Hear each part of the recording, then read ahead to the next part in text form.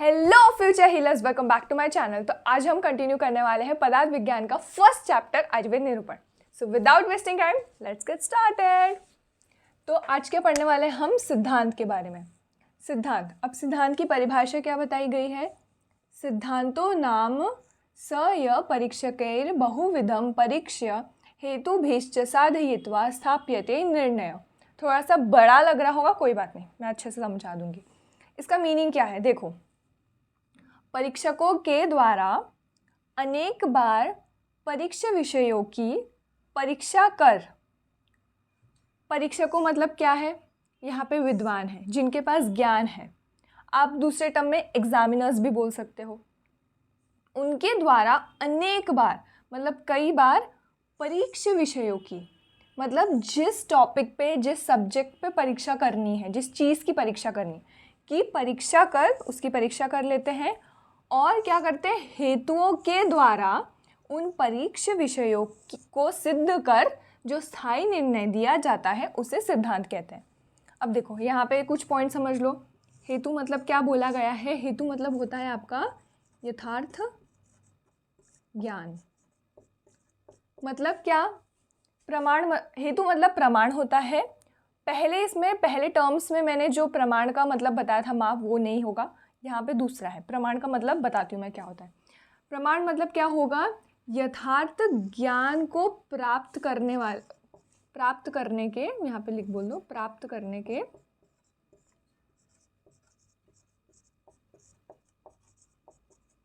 के साधन को,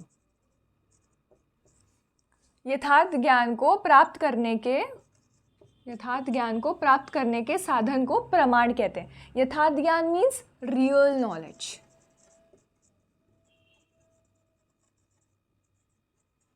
मतलब रियल नॉलेज को प्राप्त करने के जो साधन होते हैं, उन साधन को हम प्रमाण कहते हैं। इसका एक इंडिविजुअल पेपर 2 पार्ट में, पदार्थ विज्ञान के पेपर 2 में पूरा प्रमाण के बारे में पढ़ना है, ठीक है।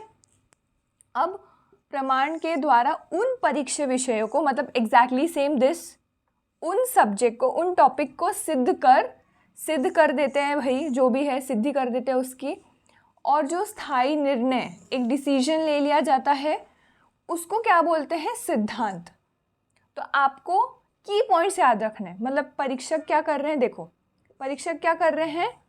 परीक्षा विषयों की परीक्षा करते हैं और हेतु द्वारा उन्हीं टॉपिक्स को, उन्हीं विषयों को सिद्ध करके लास्ट में डिसीजन दे दिया जाता है, तो उसको सिद्धांत कहते हैं। अगर आपको ये समझ में नहीं आ रहा होगा तो इसको 1-2 बार पढ़ो, आ जाएगा। तो अभी हमने पढ़ लिया है सिद्धांत। अब उसके बाद पढ़ते हैं सिद्धांत के 4 टाइप्स। अब देखो, सिद्धांत के टाइप्स मतलब भेद बोल सकते हो आप, प्रकार बोल सकते हो। 4 भेद है उसके। क्या बताया गया है?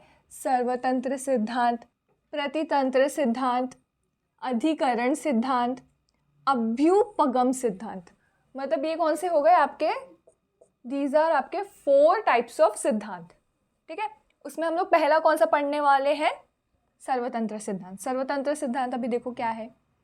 जो एक शास्त्र में प्रसिद्ध होते हुए भी सभी शास्त्रों में प्रसिद्ध हो, वो सर्वतंत्र सिद्धांत है। मतलब क्या बोला गया है?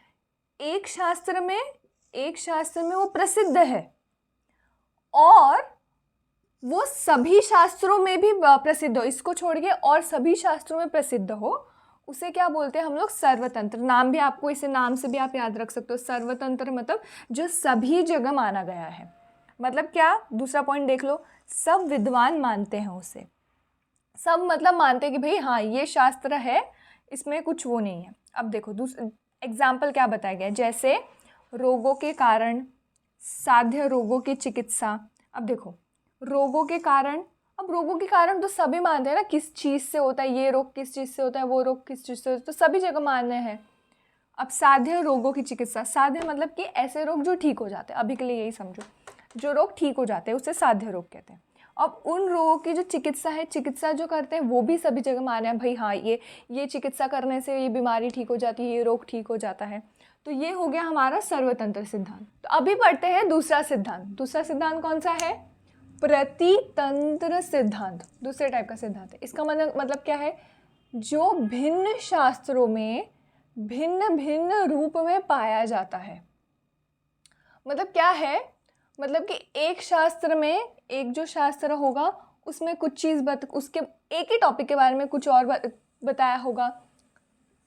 दूसरे शास्त्र में उसी टॉपिक के मतलब टॉपिक इज सेम बट उसके बारे में कुछ और इन्फॉर्मेशन दी गई होगी। तो जब ऐसा होता है उस सिद्धांत को क्या बोलते हैं? प्रतितंत्र सिद्धांत। दूसरा पॉइंट से समझ लेते हैं क्या है? जो एक ही शास्त्र में प्रसिद्ध हो, मतलब वो चीज़ एक ही शास्त्र में प्रसिद्ध है पर दूसरे शास्त्र में वो प्रसिद्ध नहीं रहती, कुछ और चीज़ बता दिया रहता है उससे उसी टॉपिक के बारे में। अब फॉर एग्जाम्पल क्या बताया है यहाँ पे? देखो, आयुर्वेद में 6 रस माने हैं। आयुर्वेद में कितने रस माने? 6 रस माने हैं। मधुर, अम्ल, लवण, कटु, तिक्त, कषाय, ये 6 रस माने गए हैं। अब क्या है? अन्य में 8 रस माने हैं, मतलब किसी और शास्त्र में 8 रस माने हैं। तो ये इससे प्रूफ हो गया कि ये प्रतितंत्र शास्त्र सिद्धांत है। मतलब कि एक शास्त्र में क्या माना जा रहा है कि टॉपिक इज सेम, देखो रस के बारे में बता रहा है बट एक क्या बोलता है 6 रस है, दूसरा क्या बोलता है 8 रस है। तो इसको बोलेंगे हम प्रतितंत्र सिद्धांत।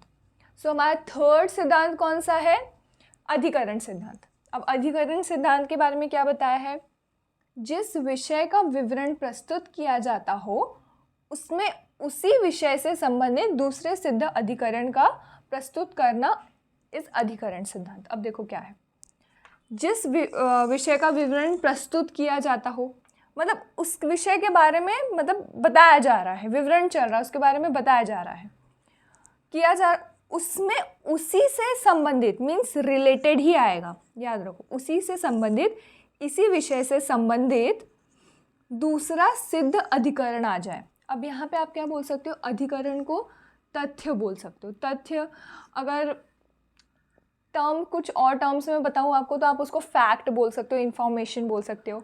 दूसरे सिद्ध आ रहा है, सिद्ध इंफॉर्मेशन अधिकरण आ जाए, प्रस्तुत करना इस अधिकरण सिद्धांत। तो अभी अधिकरण सिद्धांत का दूसरा पॉइंट देख लो। वो सिद्धांत है जिसे मान लेने पर कुछ और सिद्धांत भी साथ मानने ही पड़ते। मतलब अधिकरण सिद्धांत ऐसे सिद्धांत है जिसको मान लेने पर उसके साथ साथ हमें कुछ और सिद्धांत भी मानने पड़ते। इसको एग्जाम्पल के थ्रू हम लोग समझ लेते हैं क्या है। देखो, मुक्त पुरुष अनुबंधिक कर्म नहीं करते। थोड़े वर्ड्स हार्ड है, कोई बात नहीं, हम समझ लेंगे। देखो, मुक्त पुरुष मतलब ऐसे जो ऋषि मुनि हैं, अनुबंधिक मतलब क्या? शुभ अशुभ परिणाम वाले कर्म नहीं करते। मतलब ऐसे काम जिसका कुछ अच्छा फल होएगा, ऐसे काम जिसका कुछ बुरा फल होगा, वो वाले कर्म ही नहीं करते। क्यों नहीं करते भाई? क्योंकि वे निष्प्रूह होते हैं। मतलब निष्प्रूह का मीनिंग क्या होता है? कामना रहित होते हैं, उनकी कोई इच्छा नहीं होती है, होते हैं। ठीक है, ये एक वचन बता दिया गया हमें। ठीक है, अगर आपको ये वर्ड्स बहुत हार्ड लग रहे हैं, अनुबंधिक, निष्प्रूह, तो आप ये ब्रैकेट में जो भी चीज़ें लिखी गई आप उसको अनुबंधिक की जगह आप शुभ अशुभ परिणाम लिख लेना, निष्प्रूह की जगह कामना रहित लिख लेना। ठीक है, अब इस वचन से सिद्ध होता है, इससे हमें क्या सिद्ध हुआ है कि कर्मों का फल होता है। क्या मतलब क्या होता है? कर्मों का फल होता है। इसलिए तो जो हमारे ऋषि मुनि वो ऐसे काम करते ही नहीं है, क्योंकि कर्मों का फल होता है और मनुष्य के मृत्यु के पश्चात उसके शुभ अशुभ कर्मों के अनुसार फल प्राप्त होता है। मतलब जब मनुष्य की मृत्यु हो जाती है उसके पश्चात उसने अपने जीवन भर जो भी कर्म किए हैं उसका फल उसे प्राप्त होता ही है। ठीक है, तो ऐसे सिद्धांत तो होंगे अधिकरण सिद्धांत। तो अभी लास्ट सिद्धांत कौन सा है? अभ्युपगम सिद्धांत। देखो अभी अब थोड़ी सी मिस्टेक बोली, इतना लंबा वर्ड है ना कि बोलने में क्या क्या हो जाता है।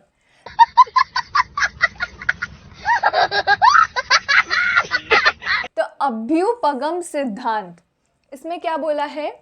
यदि किसी अप्रमाणित मतलब क्या? जिसको प्रमाणों द्वारा सिद्ध नहीं किया गया हो। ठीक है, अपरीक्षित मतलब क्या हो जाएगा? जिसकी परीक्षा नहीं की गई हो, मीन्स यू कैन से विच इज अनटेस्टेड, जिसके ठीक है, जिसका टेस्ट नहीं हुआ है। अब अनुपदिष्टित मतलब क्या होएगा? Which is unaccountable. मतलब कि जिसको एक्सप्लेन नहीं किया गया है, ठीक है। मतलब आप ऐसे बोल सकते हो जिसको एक्सप्लेन नहीं किया गया है, ठीक है। विच इज अनअकाउंटेबल इज अनुपदिष्टित एवं अहेतुक बात, मतलब जिसका कारण नहीं है, जो अकारण है, यू कैन से कॉजलेस, ठीक है। बात को वैद्य गण वाद विवाद के समय मान लेते हैं, मीन्स जो भी हमारा वैद्य है वो वाद विवाद के समय, मतलब जब वाद विवाद हो रहा है उस टाइम पे जिस बात को मान लिया जाता है उसे हम क्या कहते हैं, अधिकरण सिद्ध, अभ्युपगम सिद्धांत, ठीक है। ये हो गया अभ्युपगम सिद्धांत। अब एग्जाम्पल समझ लेते हैं, एग्जाम्पल समझ लेते हैं इसका क्या है।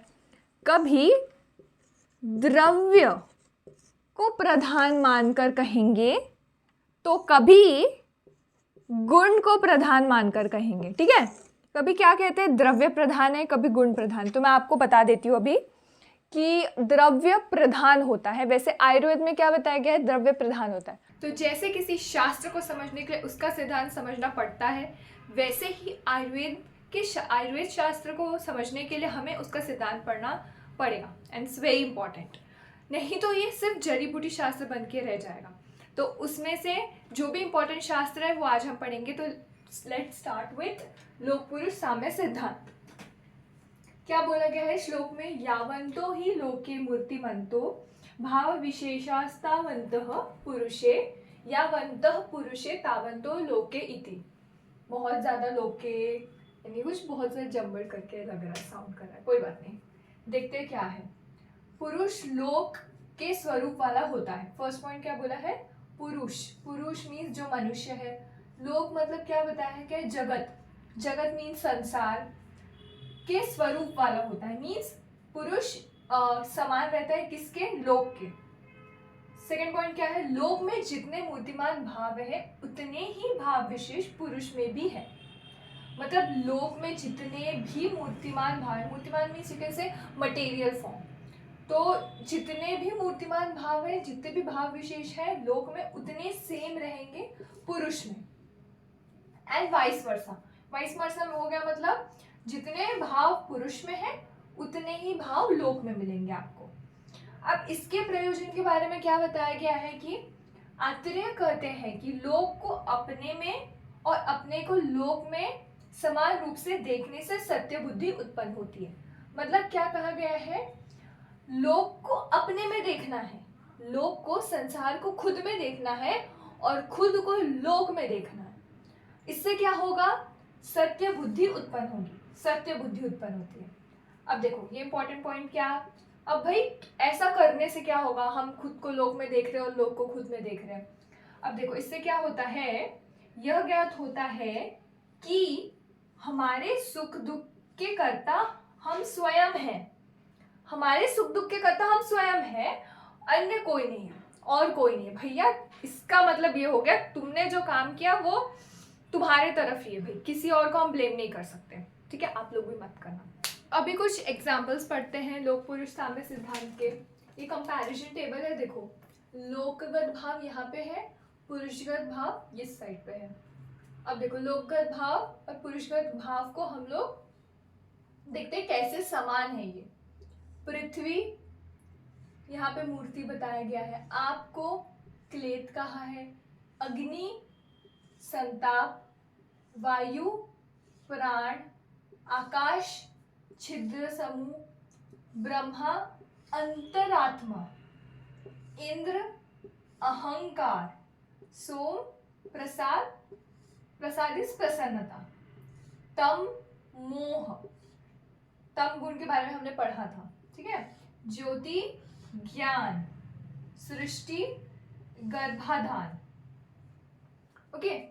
तो मतलब ये सारे भाव जो लोकगत में है, ये भाव, इसके समान भाव हमें पुरुष में भी मिलते हैं, मनुष्य में भी ये सारे भाव मिलेंगे इसके जैसे।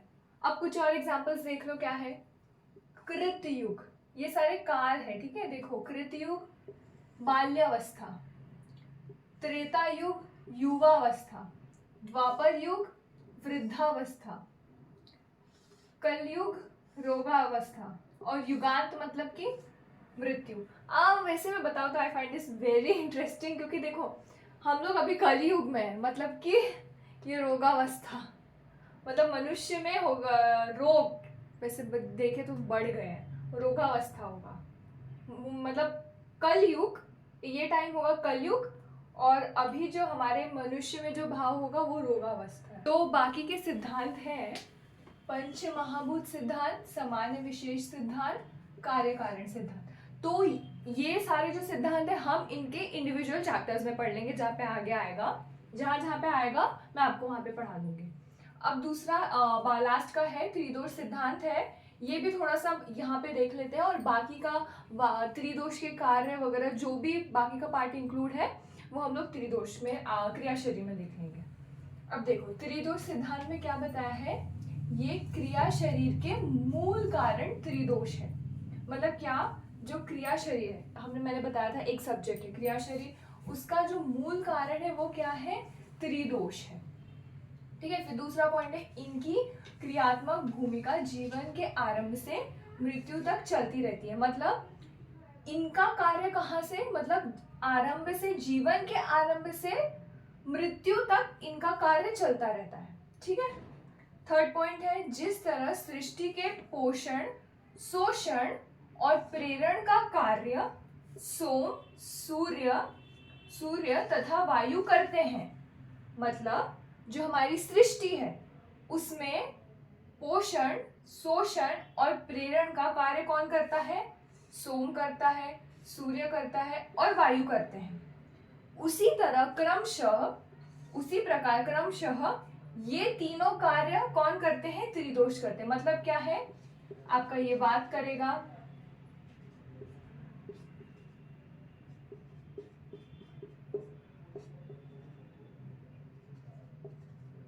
मतलब क्रमशः ये कार्य त्रिदोष भी करते हैं। देह की उत्पत्ति में ये ही कारण है, मतलब जो हमारा जो ये मानव का देह है, जो हमारा शरीर है, उसका कारण कौन, उसकी उत्पत्ति का कारण, ठीक है, कौन है, ये त्रिदोषी है। अब देखो अधः मतलब क्या, जो नीचे का भाग है वहां पे क्या रहेगा, वात दोष। मध्य भाग में कौन रहेगा, मध्य भाग में रहेगा पित्त। ठीक है, ऊर्ध्व भाग में कौन रहता है, कफ रहता है। में रहते हुए ये शरीर को धारण करते हैं। मतलब अधः, मध्य और ऊर्ध्व भाग में रहते हुए, शरीर के इतने भाग में रहते हुए ये तीनों वात पित्त कफ शरीर को धारण करने का कार्य करते हैं। अब त्रिदोष सिद्धांत में आप इसके आगे कार्य लिखेंगे, आयुर्वेद में कहाँ कहाँ इसकी उपयोगिता है वो भी लिखना है, वो ये सारा पार्ट क्रिया शरीर में कवर हो जाएगा। ठीक है, सो या that's all for this video. Thought भी पढ़ लेते हैं। तो आज का थॉट है, A journey of 1,000 miles begins with a single step. That's true, very very true. दिख रहा होगा शायद आपको, पिछले वीडियो में नहीं दिखा था मैं बहुत दिखाने की कोशिश करी पर आपको कुछ भी नहीं दिखा, कोई बात नहीं, अब मेरे वर्ड्स तो आपने सुन ही लिए होंगे। ओके, या thanks for watching, bye, see you in the next video.